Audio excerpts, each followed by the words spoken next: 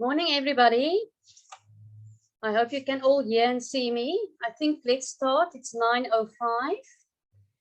I hope you all are alive and kicking. 21 was just as challenging as 2022. Oh, wow. Oh, goodness, 2020. We've got a good turnout today. This is our last big session that we've got before the year end. I do believe we all require a well-deserved break. We do have the last conversation for members tomorrow, presented by Melanie Mulholland on the 4IR readiness in the engineering sector, starting at 9:30. So if you haven't registered yet, please do so.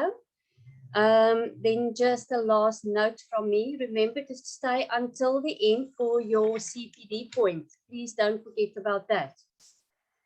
We will start off by Dr. Florus Prinsloo, Chair of the Garden Route, who will present key points on the new OQSF government gazette we received.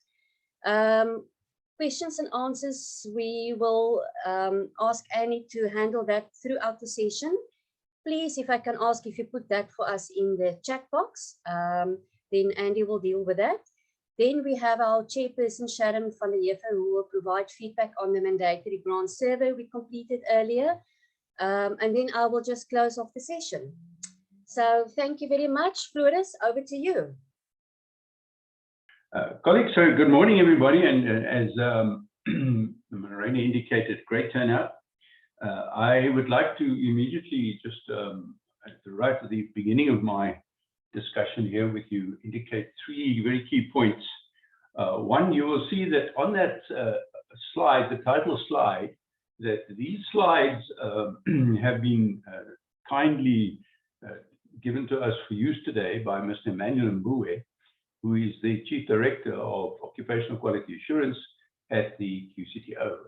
I work very closely with Emmanuel on a couple of levels, and particularly a very large project we have with the International Labour Organization, which is hopefully set to change the landscape of South Africa's workplace learning quite significantly over the next few years.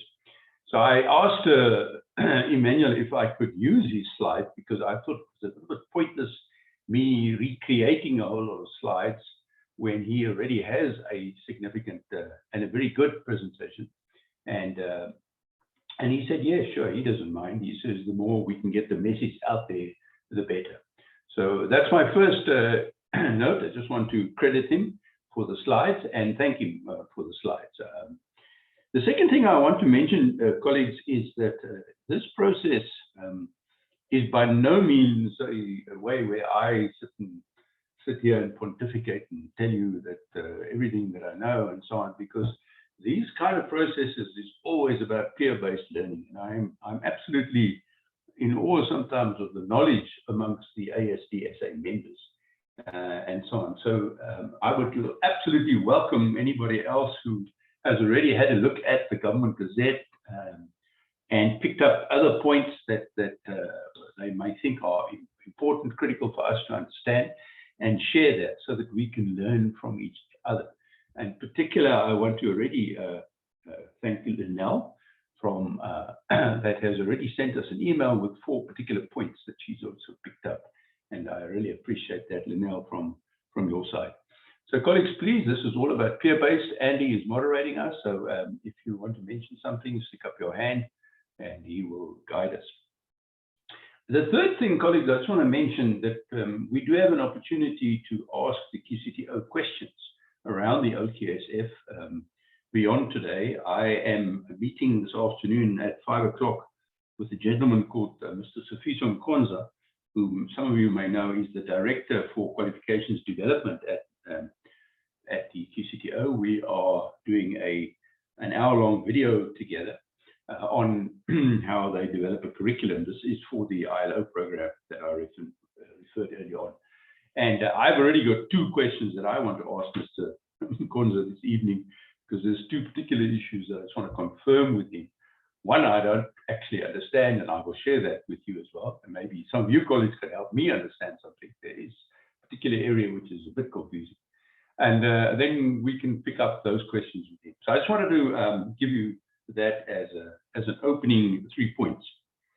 So colleagues, just to start then, the Qcto refers to this OQSF policy specifically as a game changer. Those are the exact words that the CEO, Mr. Vijay Naidu, used when I had the opportunity to chat to him earlier in the week.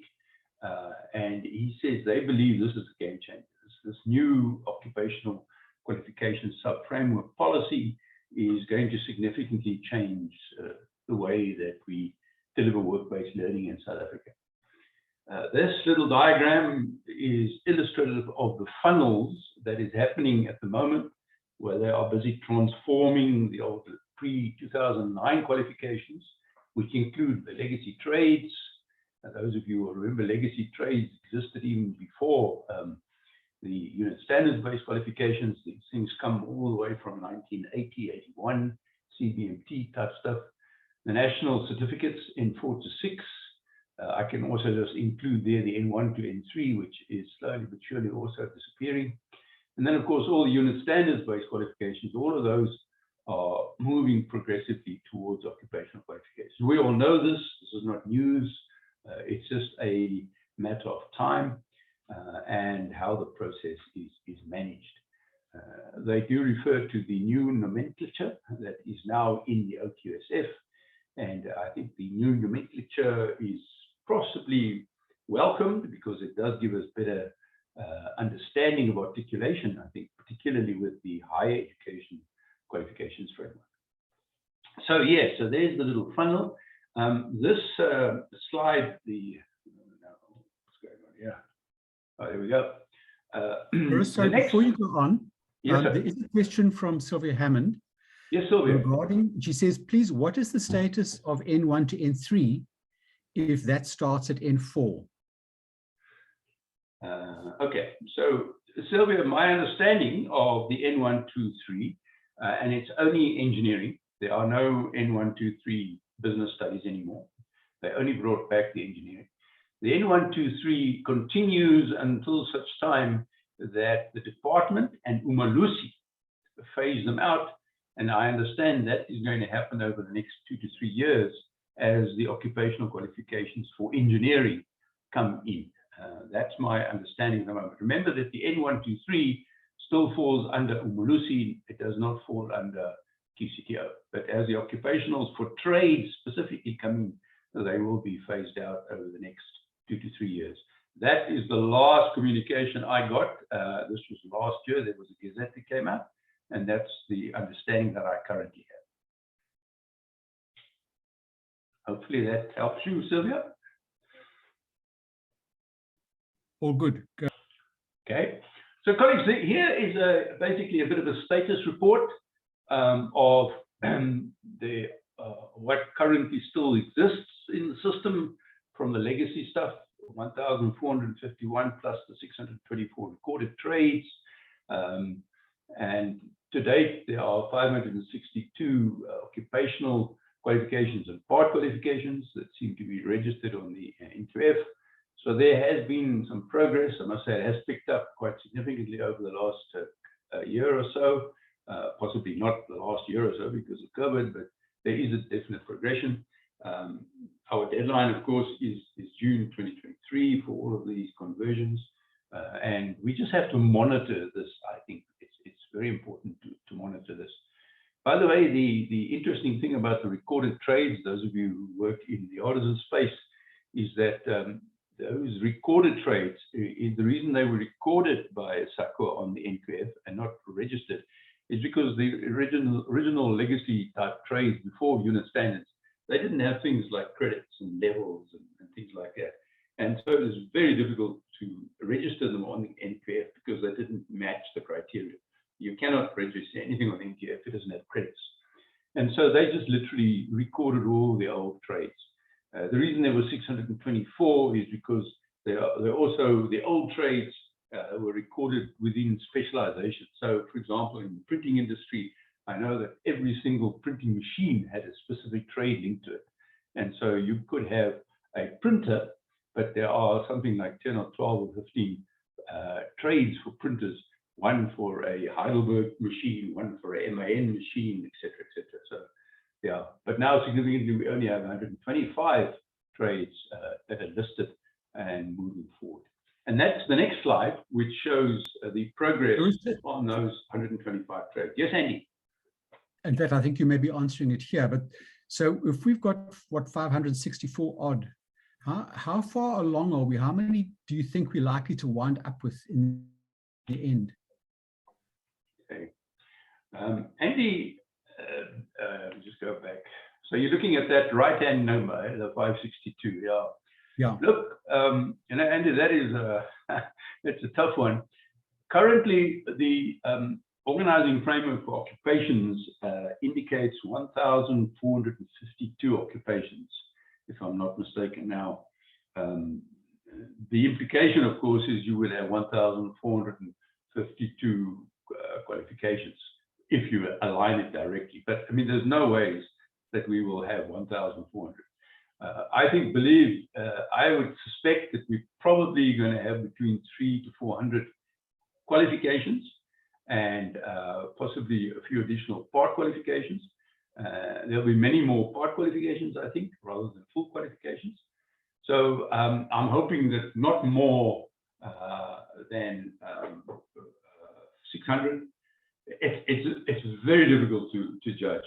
I know that in the German environment, I think they've got it down to about 382 qualifications, where they go extremely broad, generic, and then they allow industry to add specializations on the job. So yeah, tough one, but hopefully not too many. Thanks. By the way, it's a question I will ask Sofiso, by the way. I'll ask him this evening, what is his view? What does he think that we're going to land up with? First, I mean, the context of a question like that is, you know, how far along are we? It's always been a concern for people that the legacy qualifications are going away and we don't yet have enough fit for purpose occupational certificates and qualifications to take over. So that's, try and get a gauge on that. That's the reason for the question. Yeah, you know, Andy, I've once or twice already, just in conversation with the chaps at Qcto, said to them, guys, you know, are we going to make it, you know, with the 2023? And their response has always been, they have no choice. They are absolutely held to that date by various structures such as their board and so on. So I'm not too sure exactly how they're going to do it and how they're going to get it done. But at the moment, it's absolutely no change to it. You're right, Andy, it needs a lot of work. There is a slide a little bit later on, which indicates that they are hopefully looking for more and more partners, amongst them being professional bodies. And I think it's an opportunity for us as the ASDSA to also start partnering with them to develop some qualifications and part qualifications and even skills programs. Anyway, let me push on. So guys, on the trades, I must say when I saw this slide, it was of a concern to me because the way the slide reads is that they seem to be gung-ho on developing qualifications for all 125 trades. And the reason why that is of a concern to me is because, having worked in this space quite a lot, I know that currently I think it's only in the region of between 60 to 70 of the 125 trades that are actually being utilized by industry. There are many of those trades on that list of 125 that have had no learners on for quite a few years. I mean, typically blacksmiths, we just don't train blacksmiths anymore in probably the world because machines are doing a lot of that work now. And so if they decide to go ahead and develop an occupational qualification for a blacksmith, one would need to question it. So I worry when they say that they have got 51% of the trades registered and 14%. Does it mean 51% of the 125? So I just need to ask that question as well, because we don't need all of those trades. And Andy, this goes back to that original question of yours, how many qualifications will we land up with? We really only need to develop qualification for stuff we need. And there has to be, you know, socio-economic reasons for those qualifications. In other words, jobs, opportunities for people to earn an income as a result of learning, not just because, you know, somebody somewhere thinks it's a good idea to have something registered. Okay, Then another question or comment from Sylvia says, please also ask, what is the status of the CETA skills programs? Many are much shorter than the QCTO requirement of 2 weeks. Some of the existing skills programs are only 1 day long. Now, I know that you wanted to talk about skills programs a little bit later on. Do you want to hold this question till then, or do you want to tackle it now? You know, Andy, I'll come back to the skills program a little bit more, but I can at this point in time indicate very clearly that there is a lot of water to flow under the bridge, if I may use that expression, a lot of work to be done on the skills program environment. It is still very new, possibly still very murky. I understand what Sylvia means when she says there's some skills programs that are literally 1 day, and so on. The minimum number of credits is 8 credits, 2 weeks. That's what Qcto is saying. Whether that stays like that or not, it will depend, I think, a lot on how loud the voice of industry is as we go forward. But yes, there needs a lot of discussion on skills programs. To be honest, I don't think Qcto themselves at this point in time actually have all the answers yet. I think it's something that they need a lot of discussion on. I'm certainly going to suggest to the colleagues at Qcto that in the near future, they consider a roadshow specifically on skills programs to run around the country and talk to industry around skills programs. I think that is a significantly important need right now, because they are moving ahead with these skills programs. If you go and look on their website, there's more and more there every day, but you know, who knows about them? And particularly does industry know about them? So I think a roadshow on skills programs is starting to become a bit of a priority. Hopefully that starts to address Sylvia's questions. Then a further comment from Lynelle Farrell. I agree with Sylvia, the biggest issue, for example, the first aid programs, when will this be sorted out?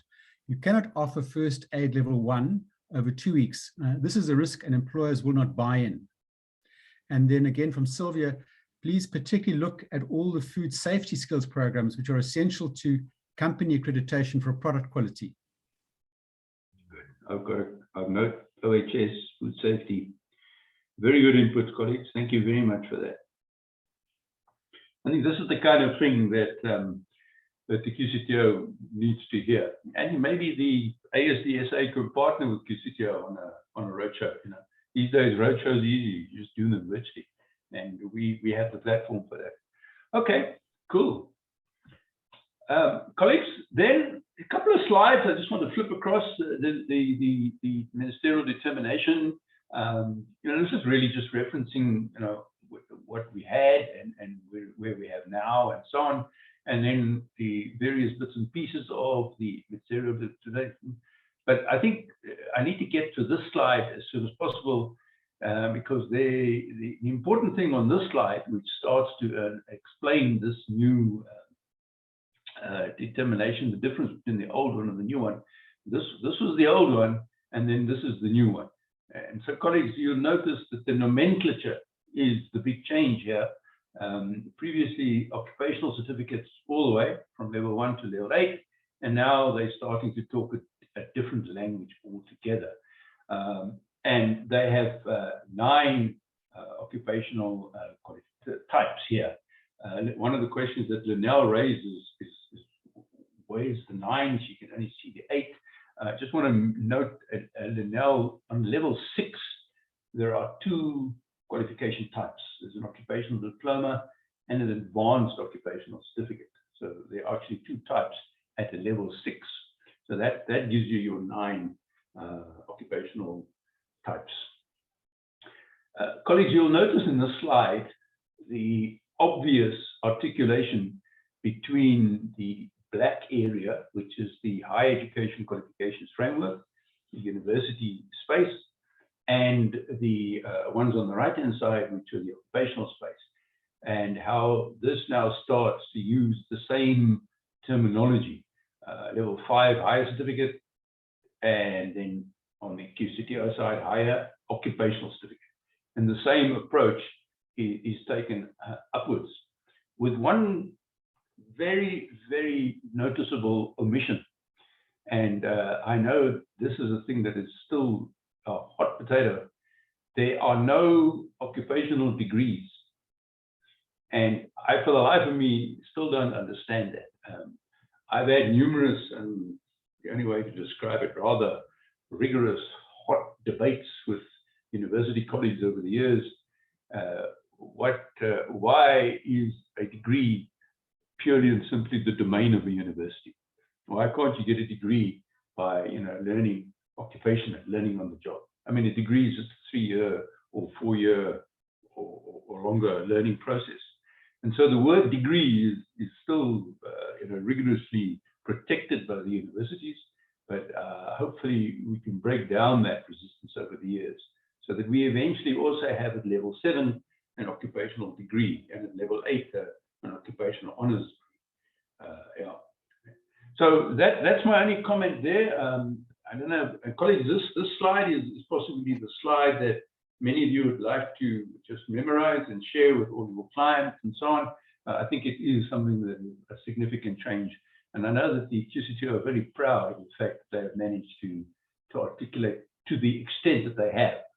I also know that they're not happy with not being able to get to the degree, but they've made significant progress.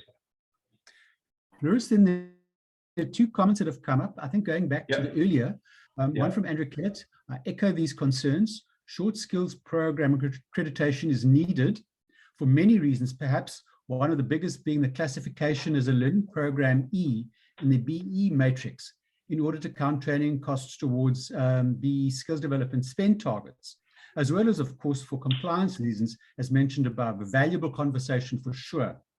So that's one comment. And then from Sylvia Hammond, if there's an acceptance of a degree via publication, then it should be possible for practitioners to publish and achieve a degree. And then from Sharon van den Heever, I like the idea of an occupational degree, an excellent suggestion. Yeah. So Andy, just a comment, refill your question. Yes, we will again share the slideshow in the chat box. Sorry, Florus, back to you. Yeah, no, sure. Yeah, the slideshow is in the chat box, colleagues. I put a PDF version there for your use. Yes, I think the first comment, Andy, just also reinforces this need for further discussions and debates on skills programs, and the BEE linked to the skills programs just as critical. And yeah, and then we can also start talking about degrees and so on.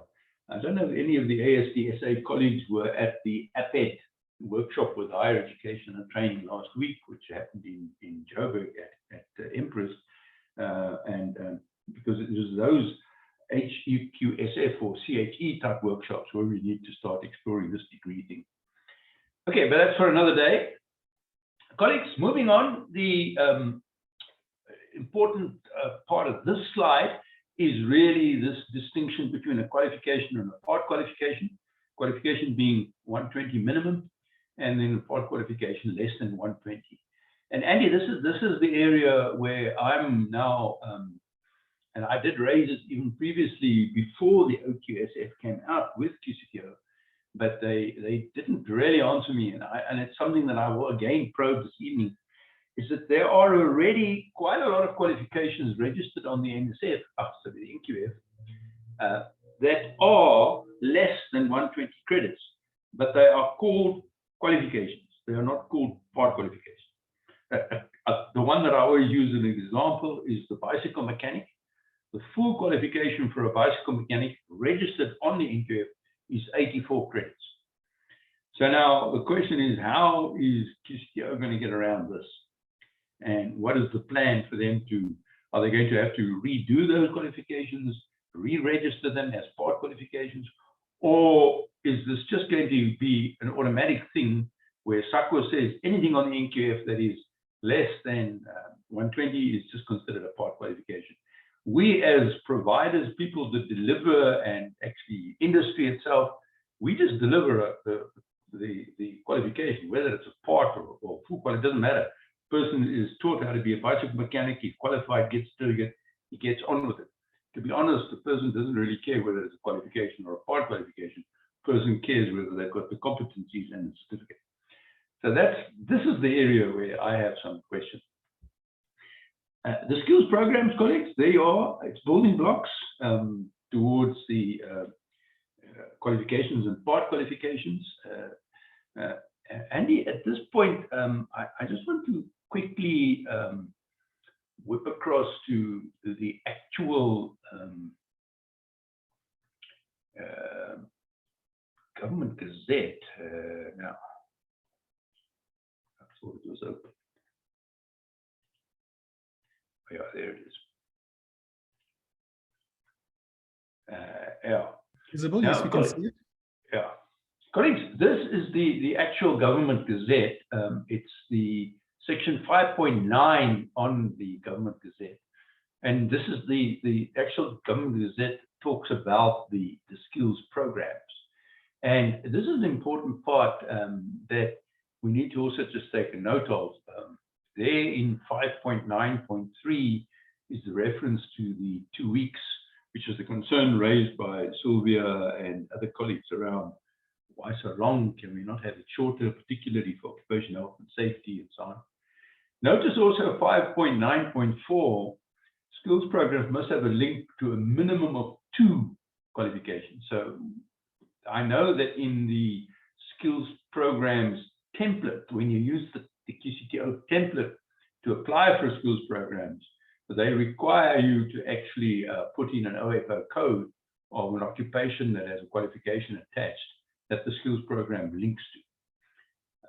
Then notice, colleagues, that 5.9.7 is that you must submit your skills programs to Qcto.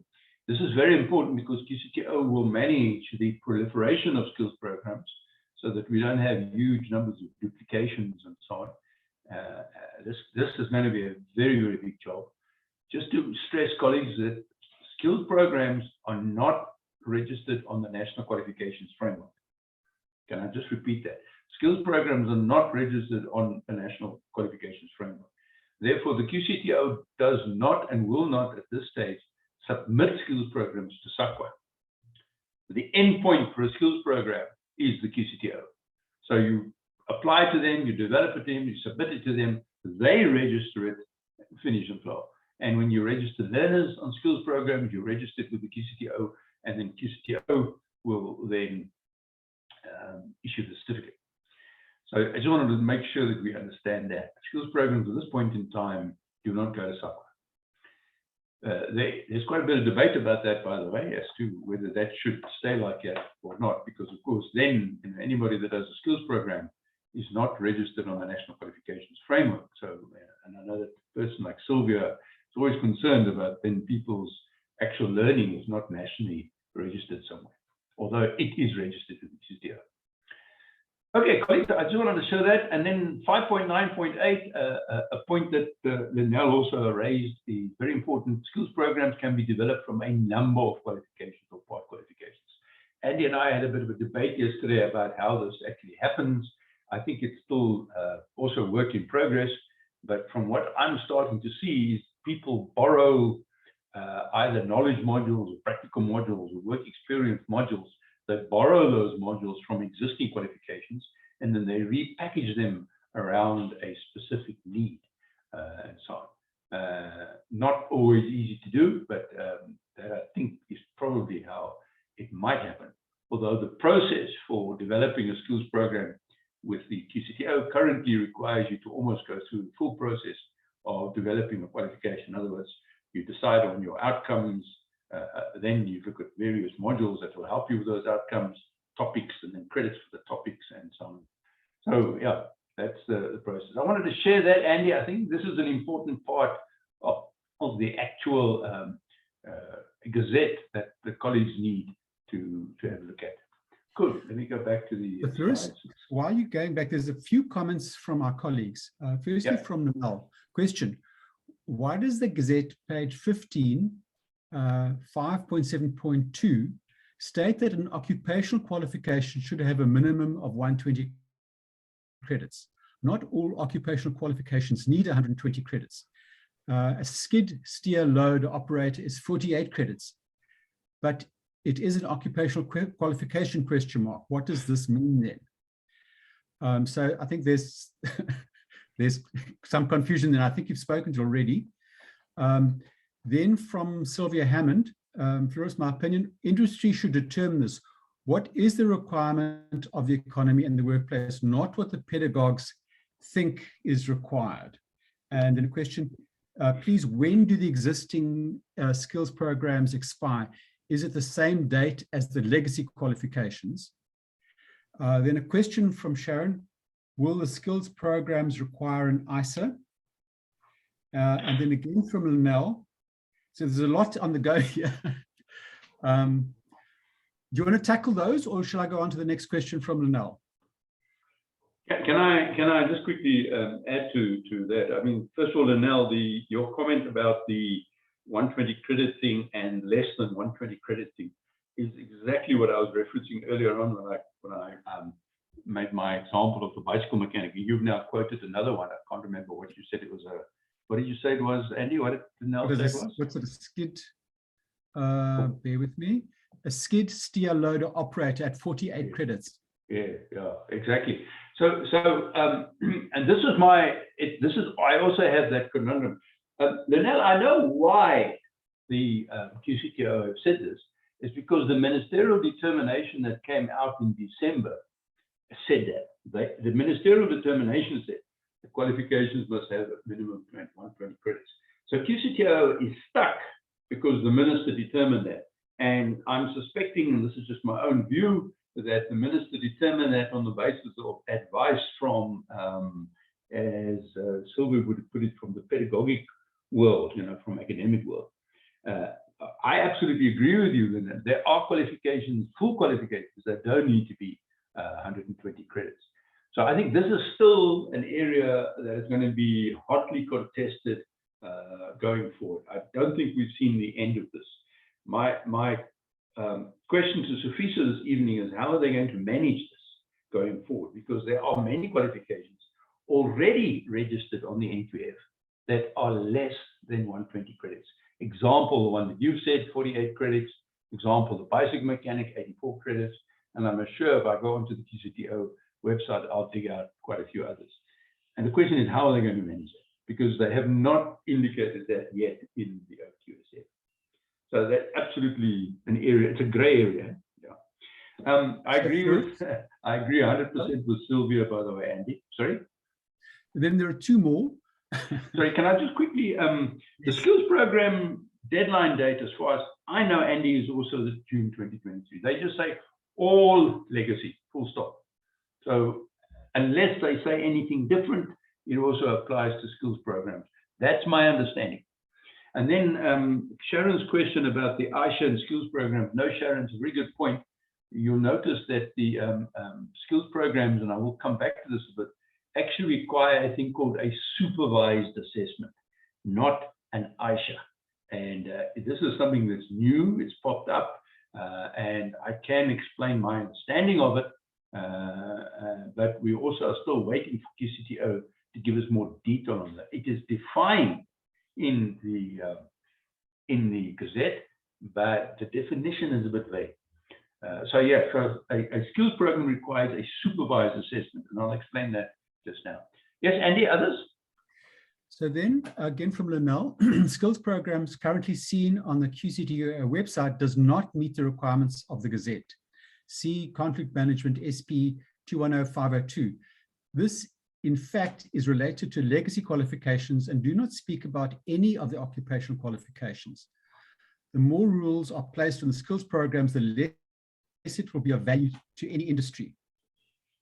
Okay, and then comments from Leonie McKenzie. I raised the same concern regarding qualifications registered with less than 120 credits. All those qualifications now have to be reworked as those are being returned to the Qcto. Then a second comment from Leonie with regards to skills programs, we do not develop the ASDSA. Then again from Sylvia, if the legacy skills programs all expire and there are no replacements, there will be massive impact upon the economy, all the OHS and all the food and safety, and also I believe the mechanical lifting. So there's a lot of concern being raised here. Andy, no, this is brilliant, and that's why I stress at the outset, colleagues, that your knowledge and your information coming into this discussion is incredibly vital. Andy, I would really strongly recommend, and maybe somebody like an Angelique, the technical gurus can help us.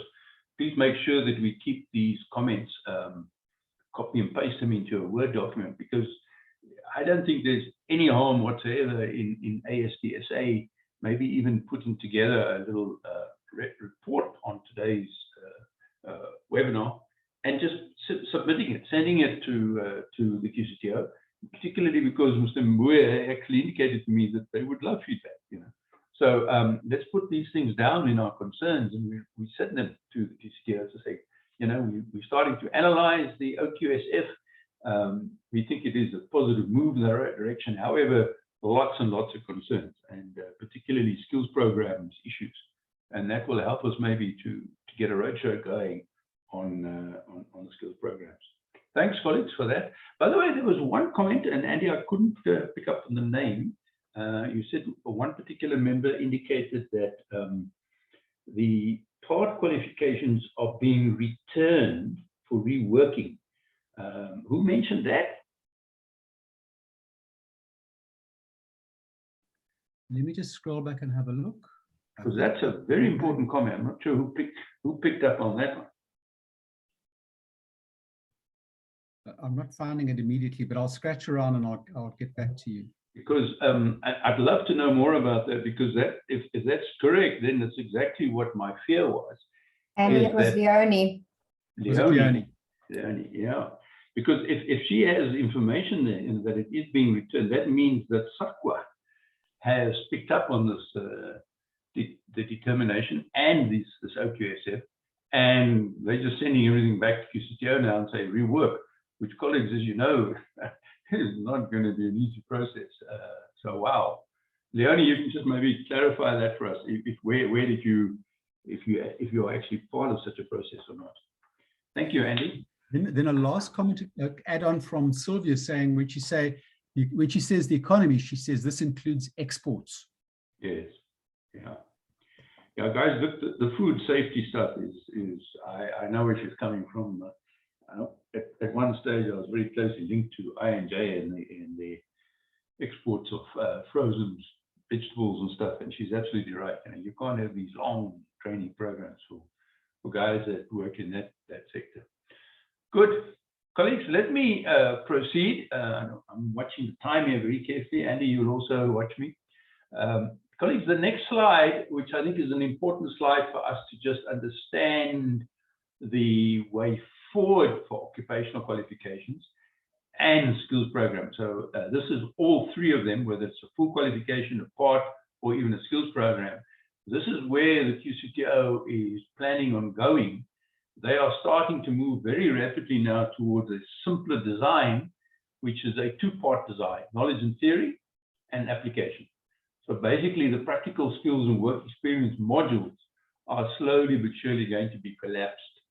And that's already, by the way, quite evident in the skills programs design. If you look at some of the skills programs, they have knowledge modules and they have application modules. And this is very similar to a European type environment where you just have theory and application, nothing else, theory and practical. Now, this is also being driven, colleagues, to a large degree by the lack of real workplaces and the emergence of simulated training, and something that Linnell also picked up on. The OQSF now starts to talk about simulated learning. That has pluses and minuses. We can debate that for a long time. How good is the simulation? Is it real? Is it really going to make people competent, etc., etc.?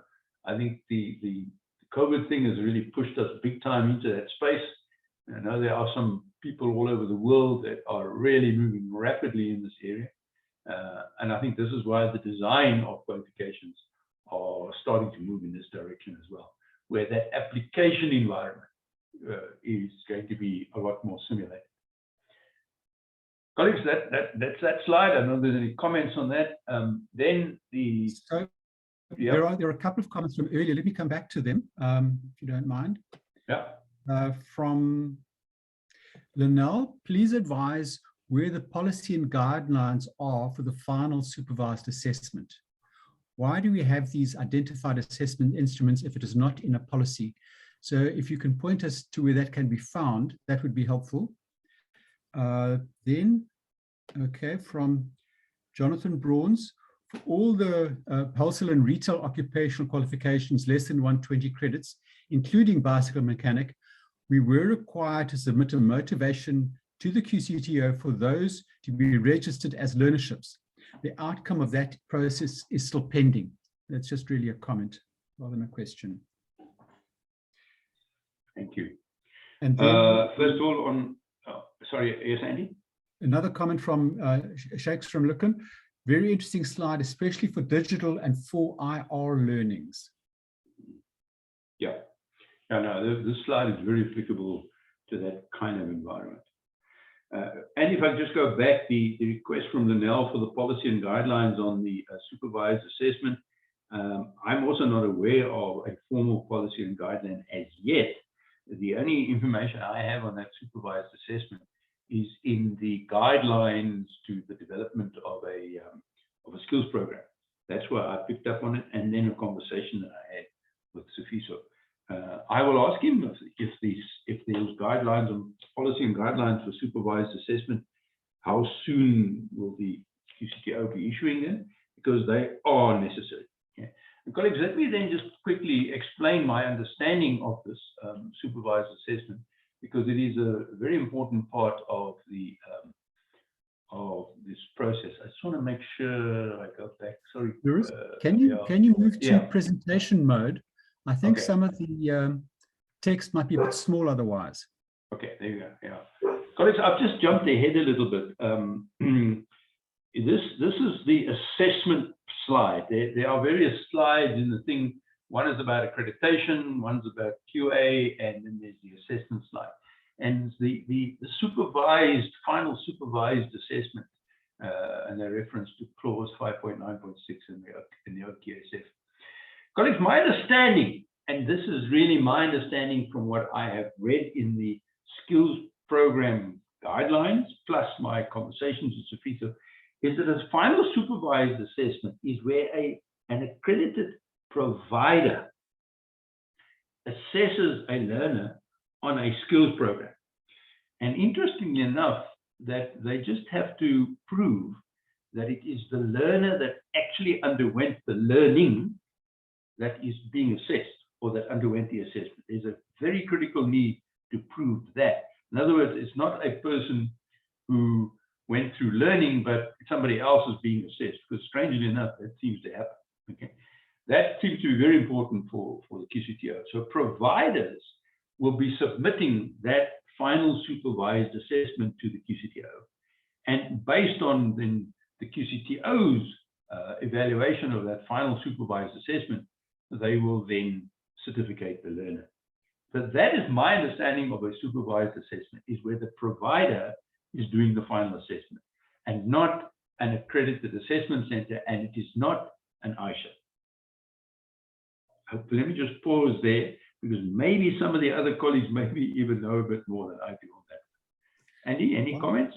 Yeah, while people are thinking about that, just two further comments from Leonie.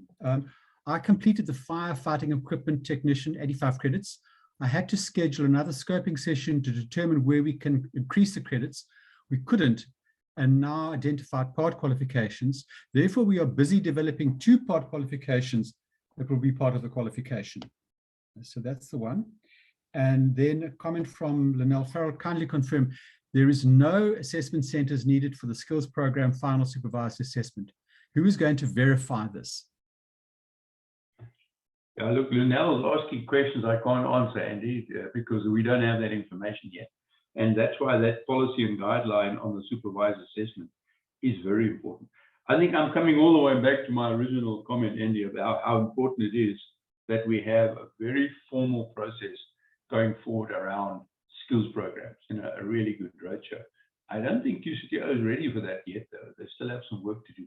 So all those questions that Linnell is asking right now, I don't think there are actually formal answers for that. Then a comment from Sharon, that makes sense as full qualification already have, I think, FSA, I think you mean a FISA, Sharon, this will be similar. These are conducted in an exam setting that is invigilated and moderated. Then a comment from Rian de Klerk, being told by CETA that legacy trades move to QCTO, then told by QCTO to get SDP accreditation from NAMB. Very confusing and frustrating to get SDP accreditation. Currently even battling with occupational qualification SDP accreditation with the QCTO. So it's me. Florus, what I'm hearing is, there's a huge interest in skills programs, and there's real lack of clarity about how this all will operate.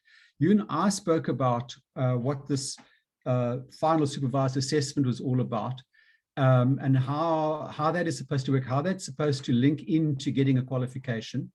How does it work with different skills development providers picking up skills programs as part of a qualification? And so I think there's a real lack of clarity, and I think this is something that's going to be very, very interesting for business, because they often view the qualifications as too large and more than is necessary. And it also links in with the whole global interest in micro-credentialing, which is again a gray area. So for me, this is the thing I really want to hear more about in the future. And there's two significant focus areas beyond today that we need to ask the Qcto to think about, actually workshopping with stakeholders, particularly industry. One clearly is the skills programs. The other one is this issue of qualifications that have to be 120 credits. Because like Leonie was saying, they did a firefighting equipment one. They couldn't get beyond, I think she said 78 credits. And to be honest, do you really need to go beyond 78 credits, you see? So I think that issue is really going to be a significant issue.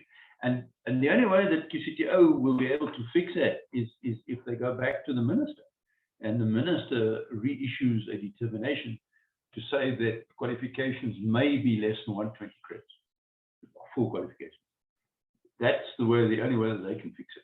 But they can fix it if they have a loud enough voice from industry asking them to do it. There is the key issue. And I'm hearing it already, just listening to what some of the colleagues are saying. By the way, the one colleague there that reference to the accreditation and the STPs and so on, I have sympathy for you, sir. I didn't get your name, but yeah, that is not an easy world. I don't help colleagues formally at all with accreditation purposes. They are better experts than me at that.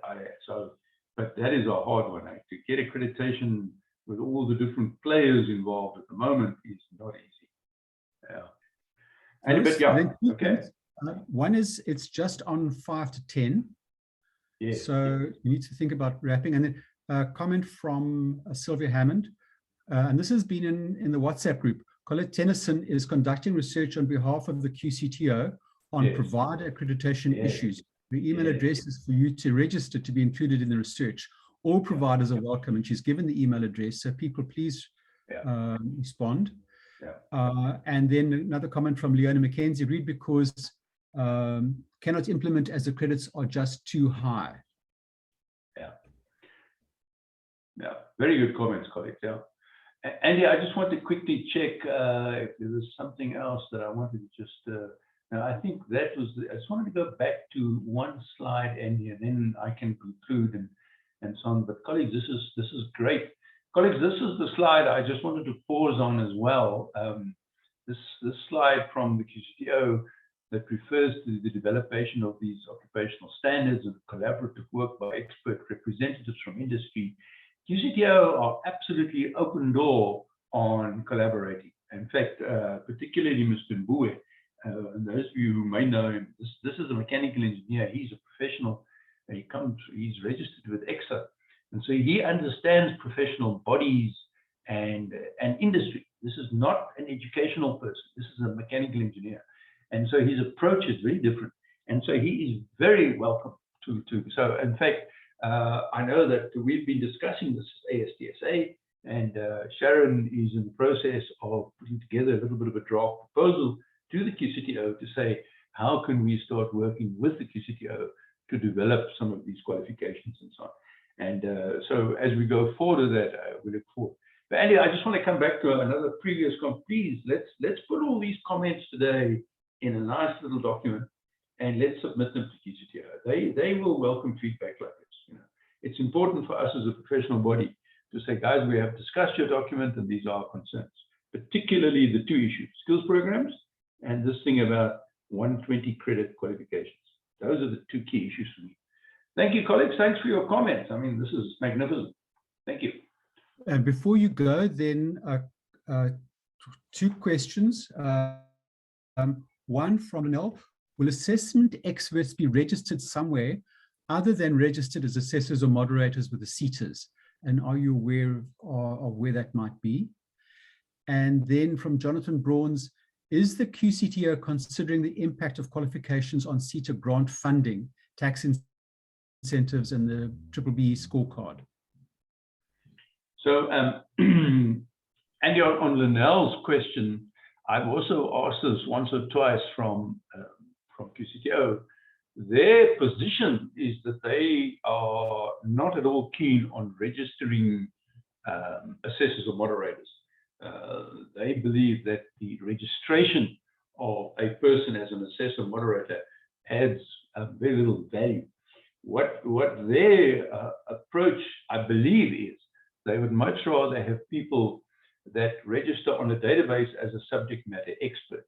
And so when they receive an Eyeshadow, or I guess maybe a supervised assessment, and they then have a look at the person, the individual who has actually carried out that assessment and or moderation, they will come check to see if that person is on their database of subject matter experts.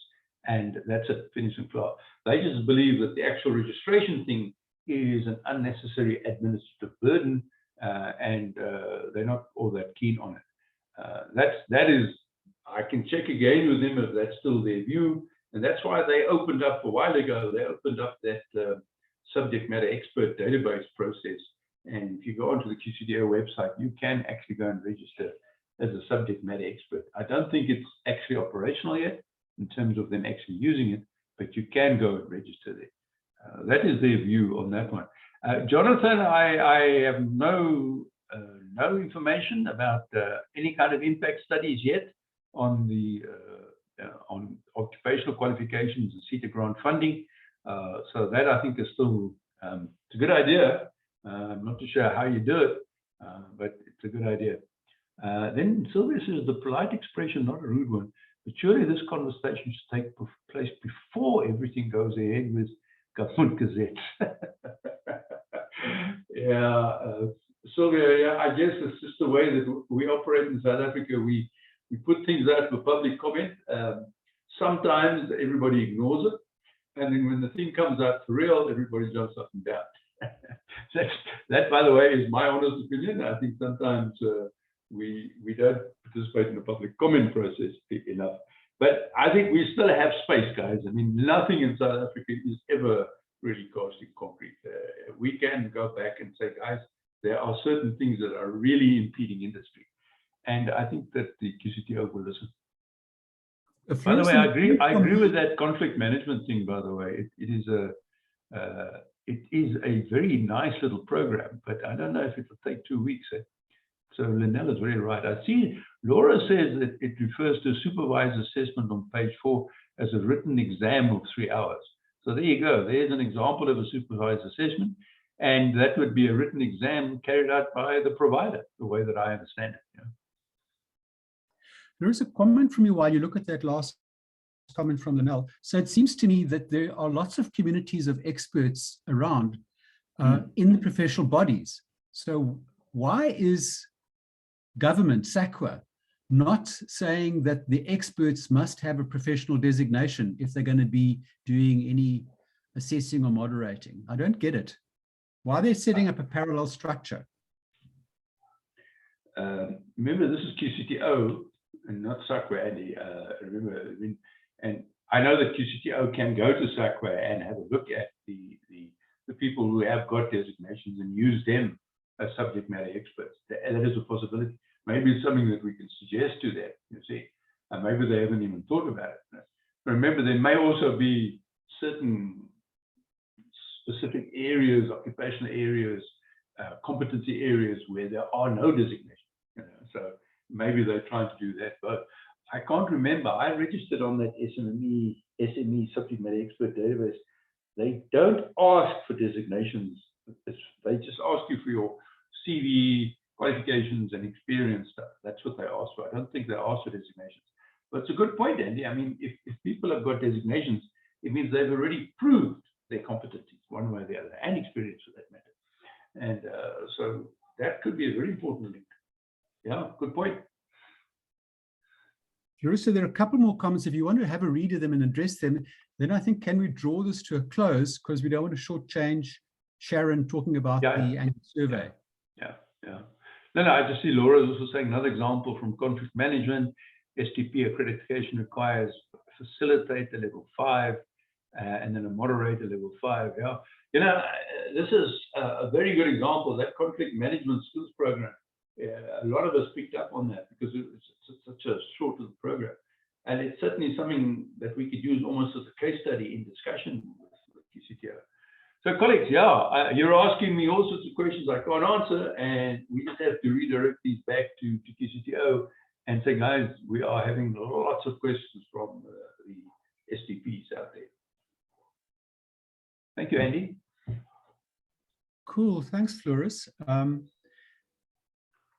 I think we'll try and keep a copy of all of the chat comments so that we can put them together into a more presentable form. And thanks coming to you from Sylvia saying excellent, valuable presentation. All right. Good morning, all. My name is Sharon. I'm the Association for Skills Development in South Africa's national chairperson. And we're just going to feed back some information on our annual survey that we did for the Workplace Skills Plans and Annual Training Report. Before I start with this, I just want to mention two things from Florus's discussion that he had now. I have kept a copy of all of the notes. Florus, I think it's a very good idea for us to respond to Mr. Mbuwe. So I have already kept a copy of all of those notes, and I think it's a good idea for us to chat about how we can respond to him. And I do think that we should maybe start a task team. I've made a note of who the guys were that were, or the ladies were that were commenting on the group that were making some valid suggestions with regards to raising specific things that need to be discussed. So we'll see if we can start a little task team of people that we can discuss these issues with. Basically, what we try to do is we try to gauge the function of the skills development facilitator and practitioner, and see what they were reporting on from a governmental, business, and labor perspective, and then also have a look at essentially what they're reporting on to which SETA.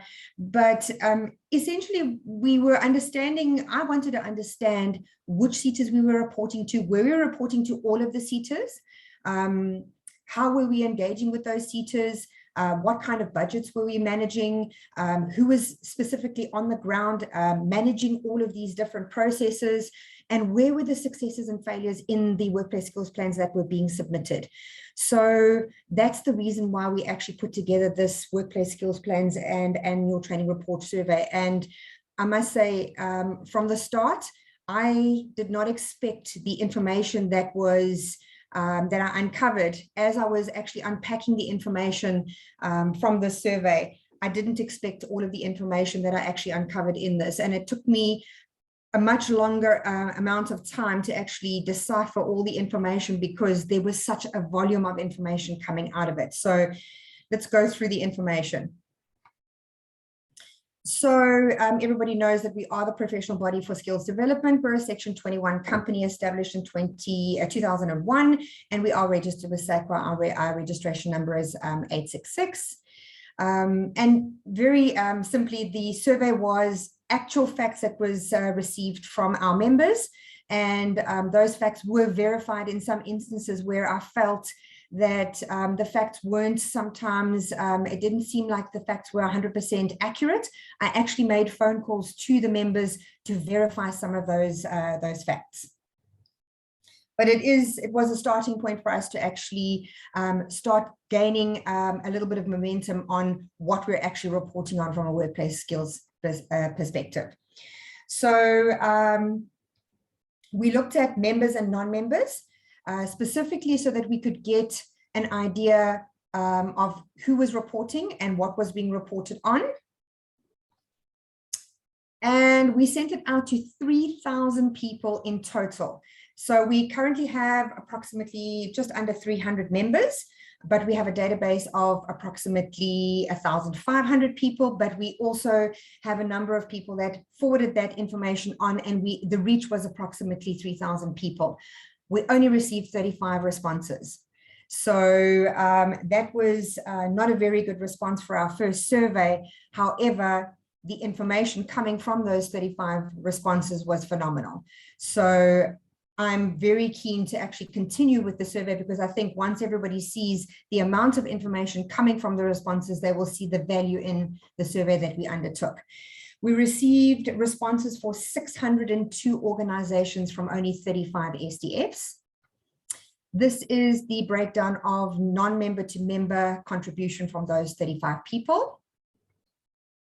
The female to male contribution, so you can see mostly female at 63%. Sorry, yeah.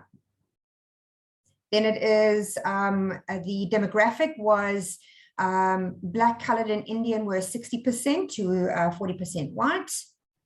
Then the roles that were undertaken. So what we did was we had a look at, were they purely an SDF role, or did they have multiple functionalities in their roles? So what I determined was that 14% of the SDFs had a combined HR function as well as an SDF function. 11% of those SDFs also had a combined learning and development function as well as the SDF function, and 3% of those indicated that they were the secondary SDF, so they were not the primary SDF. So that again was very important information. There was somebody else reporting and they were undertaking the survey on behalf of the primary SDF. But as you can see, 49% of those were internal and 49% of those were external SDF. So a lot of consultants in the SDF space.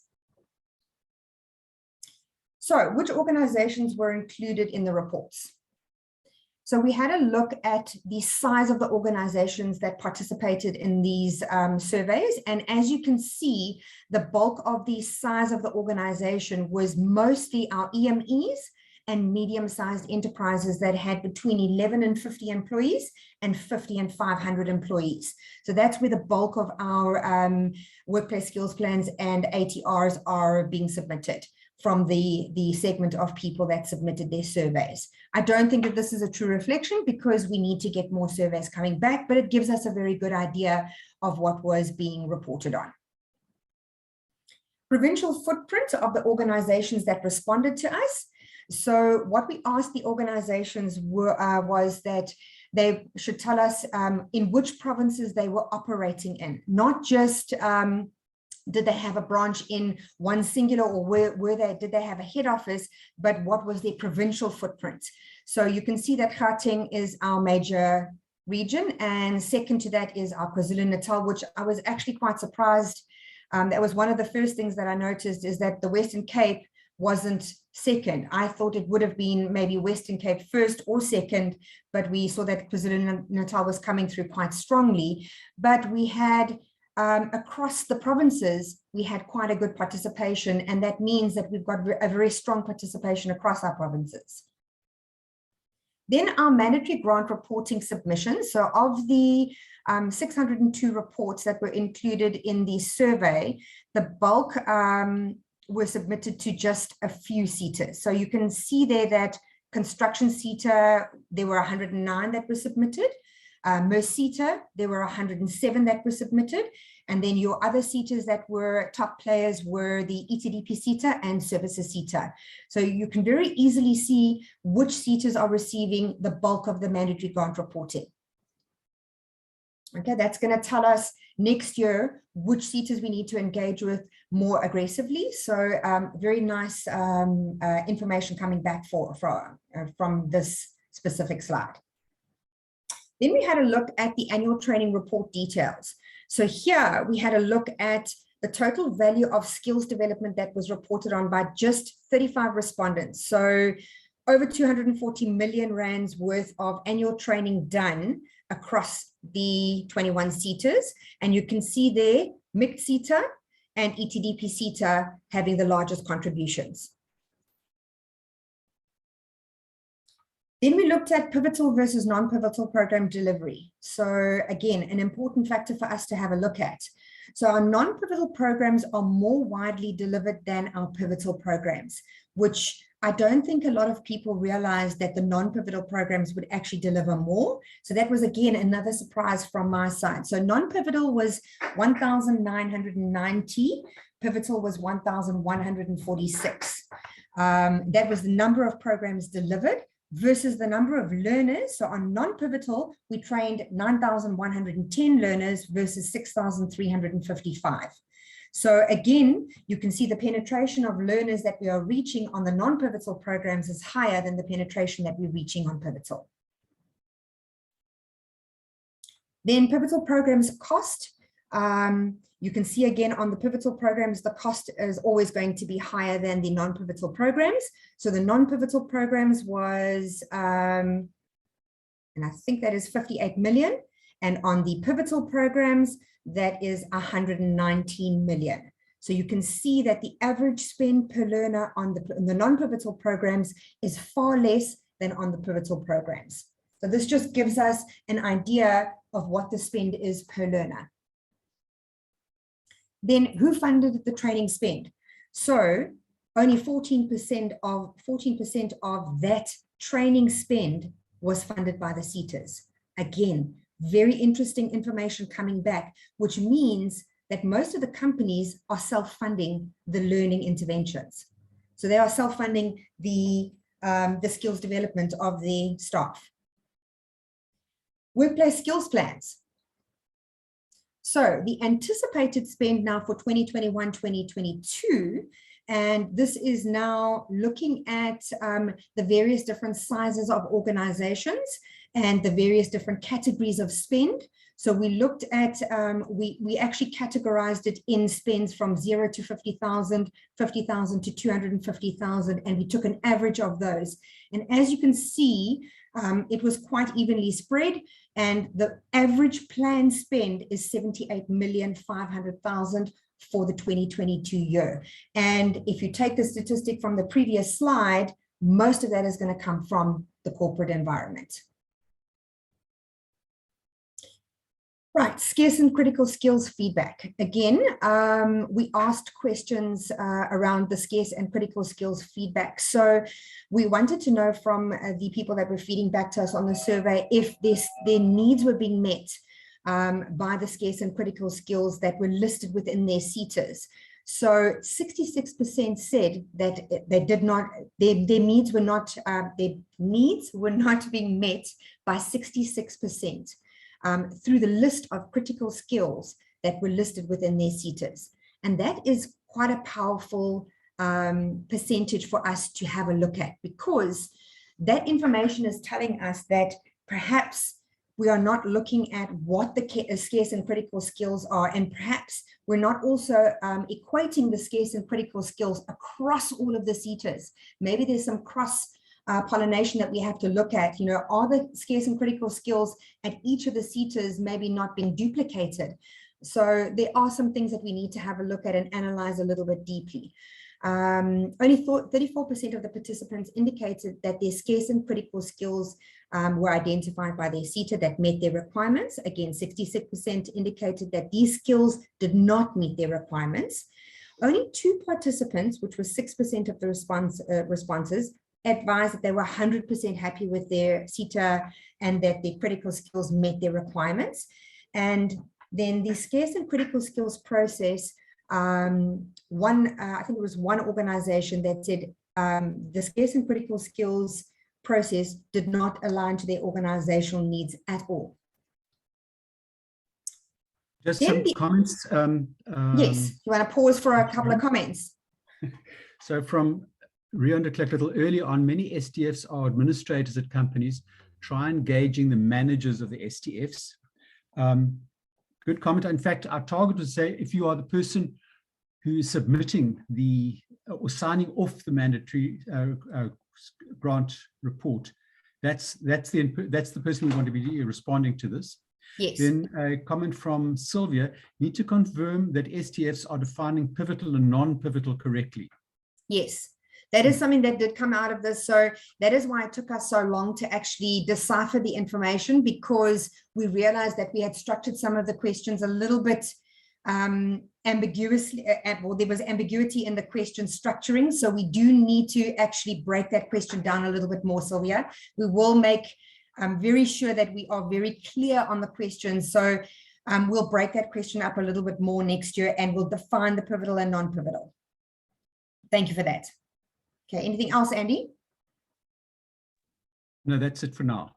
Okay, then the overall rating of CETA performances. So some of the things that were highlighted were difficulty in getting in touch with the CETA staff for queries. There were 58% of the surveyed members and non-members that said that there was a 58% difficulty, and that was experienced across the sector. Upload functionality, where they had to manually submit via emails. I know there were some issues there.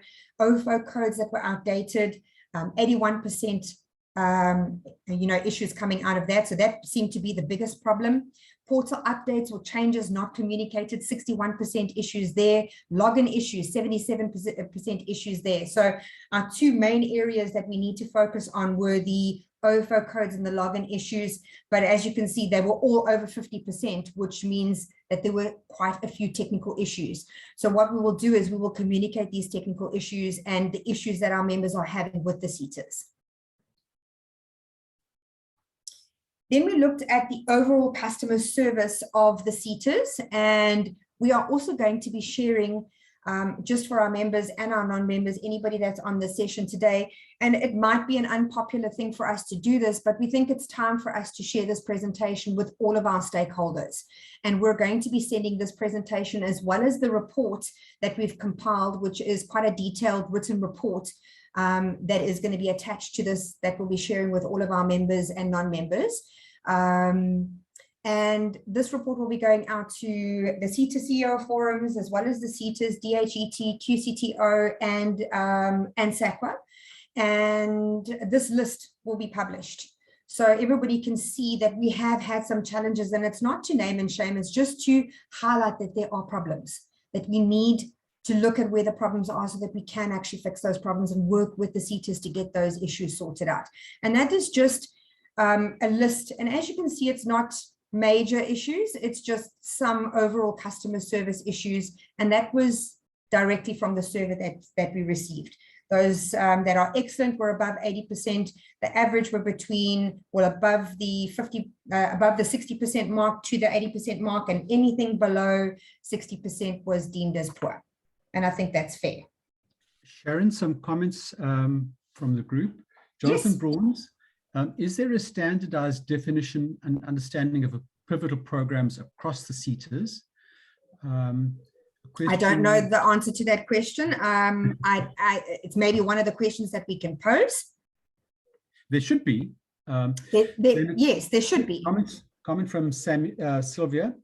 Question, why is the CETA funding so low? Are there issues with discretionary grant applications, and what is funded?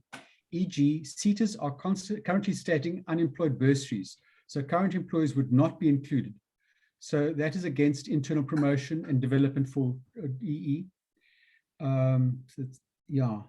Okay, I don't think it's that the CETA performance is low. I think it's that we only got 35 surveyed people to respond.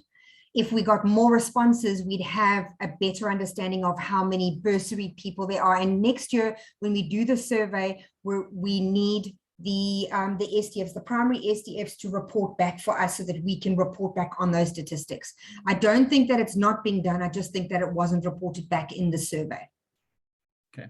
And a question from Michelle, can we still complete the survey? Unfortunately not, Michelle. We've closed off this round, but please, for next year, we'll do it again. Sylvia, I need to correlate that with the ASDSA reports on the seaters. Okay, cool. I think those are the comments. Okay, perfect. Thank you, Sylvia. All right, and then this is just the engagement sessions that the seaters had, and we asked the surveyed members, were they informative, relevant, and constructive? And you can see there were specific seaters that came out at 100%, and some of the members said that they were extremely happy with those engagement sessions. And as you can see, as a general whole, there were a lot of seaters that were mentioned and above the 60%. There were only 4 seaters that came out as being poor, but I also think it was due to the fact that there were very few responses coming from our members. I think it will be a lot better from an engagement session perspective. Let's have a look at how should the skills development levy be spent. So this was another question that we asked our members is, how do you think we should be spending that levy that is distributed? So what percentage of the skills development levy should be mandatory, should the mandatory grant be? So the overwhelming majority of responses were for a return to 50% of the skills development levy. And that was at 71% of the surveyed members said we should return to 50%. 17% said remain at the 20%, and 30, 40, and 60% said 11%. So that was the response to that question. Then what percentage of the SDL should be retained by the seater for administration? So reduced to 5% was 29% of the surveyed members said reduced to 5%. Currently, I think they get, if I'm not mistaken, they get 9%. Is that correct, Doc? I think you can. 9.5. 9.5. So the current allocation of 9.5, 34% of the surveyed members said remain at 9.5, 34% reduced to 7%, 5% said reduced to 29% said reduced to 5%. And one of the reasons why we asked this question is because the Qcto gets the other 0.5% of that 9.5%, because 10% of the skills development levy goes towards CETA and Qcto funding. Is that correct? It's 10.5. 10.5. 10.5. Yeah, 10.5. And they reduced the discretionary by 0.5. That's why. The discretionary then is 49.5 now. And then 0.5 goes off to Qcto. 0.5 goes to Qcto. So 0.5 goes to Qcto and 9.5 goes to the CETAs. No, and 10%. Is it 10%? It's still 10%. Yeah, 10%. Oh, is it still 10%? Yeah, Okay. Yeah. So the idea was just to survey the members here to get an understanding of who thinks we should actually send less money to the CETAs. So that was just an overview of that. Maybe a little bit of a difficult one to survey and get feedback on. I think we would have had a better response had we had more SDFs participating. Let's see what our responses are next year when we do the survey. Just a question echoed by 2 people. When was the survey sent out? Angelique, you may want to help here. My memory was, I think we sent it out in July or August. Yes, it was sent out in July, and we circulated it about, I think about 2 or 3 times. We sent reminders out a number of times as well to complete the survey on WhatsApp and on, if I'm not mistaken, on email, on Facebook as well. Is that right, Angelique? I think that's all good. I think carry. Yeah, there were several reminders of completing the surveys. And I think at a couple of the forum sessions, we kept on reminding people that had been on the sessions to complete the survey. All right, what percentage of the SDL should be allocated to the Qcto? So this was increase the allocation by 0.5%, 1%, or 3%. And there's your spread at 17%, 43%, and 34%. So that was quite clear. Basically, 77% of the SDFs believe it should be increased. Then, just in conclusion, what I gained from unpacking the information is that there is so much more information that we can unpack. that there are a lot of differences between the various SETAs, that there are a lot of things that the SETAs are doing very well, and a lot of things that the SETAs are not doing very well. But you know, I think the community needs to definitely come together a lot more from a skills development perspective. We're sharing a lot of information, but it's very important that the SDF actually feeds this information back to us. And I feel that the ASDSA is the perfect place to bring all that information to one point, where we are reporting back on what the SDF is actually currently reporting on to the SETAs. We're always getting the reports coming back from the SETAs, but we don't have the alternative perspective of what we're reporting to the SETAs and as a holistic overview of the entire landscape. And that was one of the reasons why I wanted to understand what our members were reporting on. And hopefully next year we can get every SDF participating in this survey, because I think it could be an extremely powerful feedback mechanism to industry. So I'd like to leave it there. I'm not going to go through all of this because you will be, the presentation will be shared for you guys and you can read through it at any time that you want to. So are there any questions that anybody has? So there's a couple of comments, firstly from Florus. WUSA would be very interested in the survey as they are creating a position on new grant regulations that are being developed. And thanks, Florus. We're planning to distribute the report to a number of players, and we can add WUSA to the list. We may want to get some contact names from you. Also then from Florus, offer members CPD points, a significant amount for completing the survey in the future. Good idea again. Very good idea. Again, cart and horse, WUSA should be engaging with the ASDSA now first before giving input at NEDLAC. Then a comment from Letitia van Rensburg. Big concern in terms of SETA performance is the construction SETA, very dysfunctional and slow. And certainly, I mean, one of my impressions that's come out of it is that if you look at the report, it's a very big vote against the SETA performance. Basically, our members are saying that they don't like the way the discretionary grants funding is working. They don't believe that the scarce and critical skills meet their needs. They would rather have more control over it by getting a larger mandatory grant and deciding for themselves what that money should be spent on. Well, if you have a look at what the surveyed members said to us here, 88% of what they are funding, they're funding themselves. So they believe in skills development, but are basically funding, most of the organizations are funding the skills development within the organizations themselves. So that is a concern. That is a very big concern. Then two more comments from Sylvia Hammond. Sharon, thank you. This is excellent. Suggest also the need to compare with info on what the percentage of companies are actually contributing in each sector.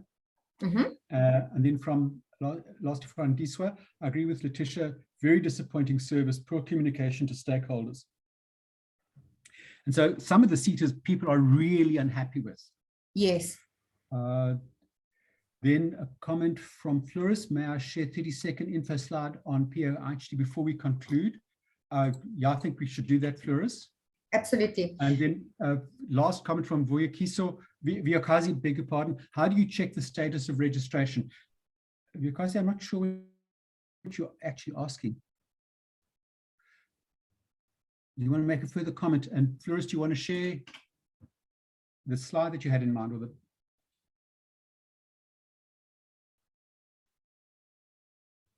Thanks, Andy. Colleagues, I've just bumped up onto the platform this document. I'm sure that the colleagues are starting to become aware of this. They are moving the occupations in high demand down to a provincial level. And there's a significant amount of work going on. And that's good news because we are slowly but surely moving down to actual planning at a provincial and hopefully even at a district or metro level. And so this has come out and they are starting to move. It's quite a nice document actually. And it's being run by a crowd called DNA Economics, who I've always found to be pretty good at what they do. It's a little bit technical stuff, but at least they are starting to move it down here. And it's very OFO related, good explanation of the OFO. But I just wanted to show you this particular thing which is very important because step 3 is a survey to identify occupations in highest demand at a provincial. And in fact, when we had the debate last week, Monday, I was on the platform with Arun Borat from UCT and so on, and there was an agreement that we need to take that survey down to district level, district and metro, because that is where everything is going now. Colleagues, I just want to alert you to this. I'm quite happy to share this document on the chat as well, Andy. I think our members need to become aware of this process. It's going to have a significant impact on funding. Yeah. Thank you. Okay. Please do that. Yeah. Perfect. Any final questions for Sharon? From Sipiwe, greetings, CETAs must be goaded to take the skills development seriously by constantly monitor role players in their sector. Then a nice compliment from Sylvia. Thanks to ASDSA. Best webinar I've attended all year. Safety and risk. Thanks, Sylvia. Excellent. Thanks, Sylvia. Oh, you won. Okay. Just to go back. Sorry, Vuyukasi, that's yeah, we'll get back to you on your registration professionalization. That's not for the forum. We'll pick it up with you directly. I just want to go back to Sipiwe's comment about the CETAs being goaded. So Sipiwe, I don't believe in goading the CETAs. I believe in giving them facts and figures, and this workplace skills plan and annual training report is going to be facts and figures of exactly what's happening from our surveyed members. So this is a fact of what is happening on the ground from people that are actually currently submitting workplace skills plans. It might not be a very large number that were surveyed, but it is fact. So they were verified facts that we can now submit and circulate. So that is the reason why we wanted to undertake the survey, is to be able to say to them, this is actually what's happening. So that's the first point, is that we are going to circulate this report and this presentation to the CETAs, and we're going to engage with them to work with them to try and get these issues resolved. I know that there's huge inroads that we have to make, and trust me, we are trying to engage with them. You can speak to anybody that works directly with me. I phone and engage with them on a regular basis, but often get just completely ignored. So it's not for lack of trying. We're just trying different methodologies, and I think this is going to be a huge game changer for us, because it is a very factual document about what is actually happening from our side collectively as SDFs.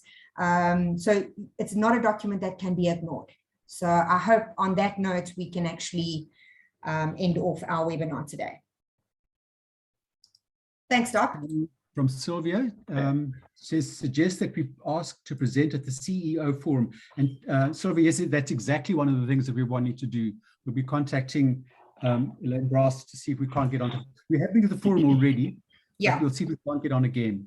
Yeah, so Elaine Brass is one of the people that we will be contacting. I will be engaging with her directly, and we would like to present this to the CETA CEO forum. We're not just wanting to send it into them. We would like to present this to the CETA CEO forum. We, Doc, I have taken note of us sending this to BUSA. We'd like to send it to NEDLAC and the National Skills Authority. So those are 3 organizations that I think we need to possibly engage with, and perhaps even DPSA. Okay, is there any other questions? I'm not seeing anything come up. Some nice compliments on the value of the session today. Should we pass it back to Morena to close? Yes. Thank you very much, everybody. Have a happy festive season, and please be safe. We're all going into hopefully not a very bad another wave, but please be safe. Sharon, I've just put Cheryl James at BUSA's email address. I think many of your colleagues will remember Cheryl. She was CEO for Facet for many years. She now runs the show at BUSA. She's their technical advisor. There's her email. Send this report to her. She would really enjoy it.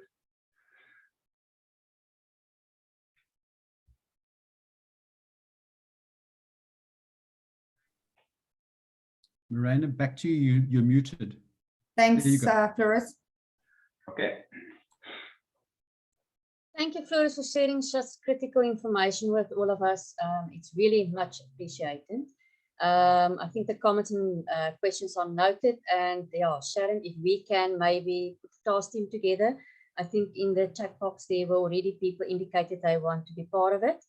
And then thanks, Sharon, for your survey feedback. Very interesting statistics that came out of there. Hopefully next year we will have more STFs, you know, that will take part of that. Then I also want to thank the ASDSA. I can't say staff because we don't get paid. It's all for love and charity, as they say.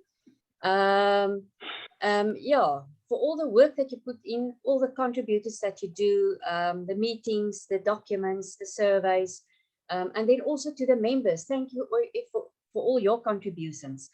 Then there's just one last request that I've got. Can I please ask that you update your name, surname on your cell phone under the WhatsApp part of it? Half of the time, I don't know who I'm speaking to. I've got little hearts and asterisks and little dots. So yes, if you can please have a look at that. And then lastly, we wish you a blessed holiday season. May you spend the time with friends and loved ones wisely. Please be safe, drive safe, and enjoy every moment. We'll see each other next year. Thank you very much. Thanks, Marina. Thanks, colleagues. Take care.